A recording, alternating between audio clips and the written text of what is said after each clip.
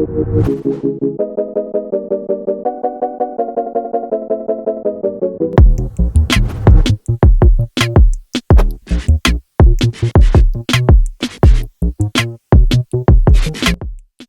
let's start off Beyonce.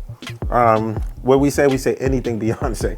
So at the end of the day, cheat code for me at a party automatically, because me as a sound man, seeing as an original sound man, the first thing I have to do, I have to get the women on the floor. If the women ain't on the floor, ain't nothing happening. You feel what I'm saying?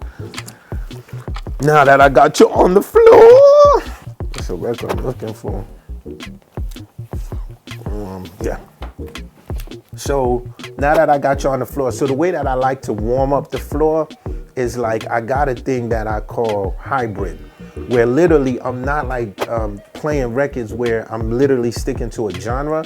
I'm sticking to more of an energy and more of a vibe. You know what I'm saying to you? So with Earth, Wind, and Fire, they have several energies that definitely go with the style of the Beyonce production. Now, Janet Jackson Control, no fronting. I was like on tour with Janet for a little bit, and I was like, I don't know a Janet poster that I haven't had. This right here, the Janet Jackson Control, to me is like one of those, which I call inside of the party, one of those nuance. It's like whether you old or you young, it takes you to a place and it makes you feel good. So at the end of the day, Control, you already know that's one of them joints that just makes you feel really, really super good. Wow. I just seen a record I produced, the Michael Blood on the Dance Floor. So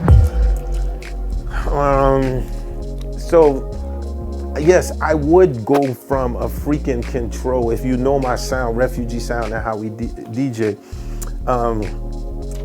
Houdini, like these dudes right here, like, yo, when it comes to like feel good and that energy and that style of production, it's sort of like it gave me the vibe of like, I don't see the record here yet, but if I was to find it, so I would play this after this Houdini, automatically I would go into Cameo. Word up. So this is a very important record, very tricky, but very cool. So we have Word Up, and on me I move, you know, when I'm Word Up and pun the vibes. To set the tone off automatically, if I'm going in that vibe, we play one Marley.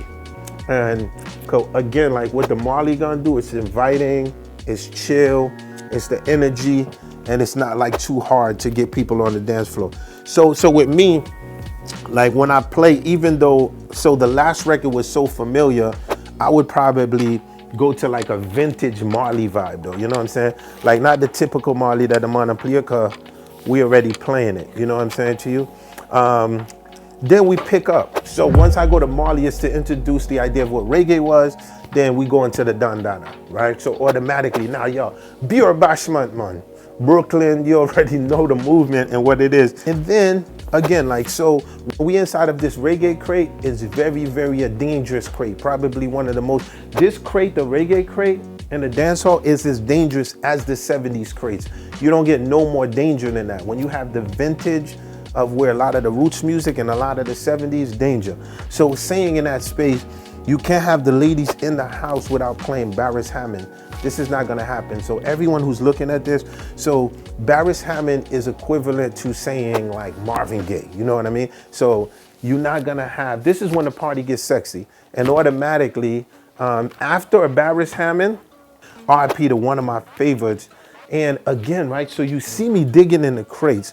9 times out of 10, when I'm actually playing on stage, everybody, there's a backstory with WYCLEF, you know what I'm saying? So like, for example, like Aaliyah played my first festival ever, like in Miami, you know what I'm saying? It was like the carnival, the fundraiser, she came out. And then again, we would be all over the place. They do say Clef be all over the place. So again, now I got the Aaliyah, I got everything, and people's in the vibe, but now you're in that nostalgic mode. So now I got you there, we going hip hop. And then so for me, I would automatically go to Mobb Deep, you know what I'm saying? RP again, I'm not just playing this, you know what I mean? It's like there's a connection with me and Prodigy, you know what I mean? Me and Prodigy did a record called Rebel Music. You know, Prodigy, similar like to Nas, like, you know, again, like he had that Nostradamus pen game. But this right here is one of them records. I remember this come on, and the softest acting like he tough. Where was you at? Where was you at? This man right here, this one right here. If you didn't smoke, you literally felt like you was smoking at the time. And then it was like that hip hop that just made you feel cheeky and feel good.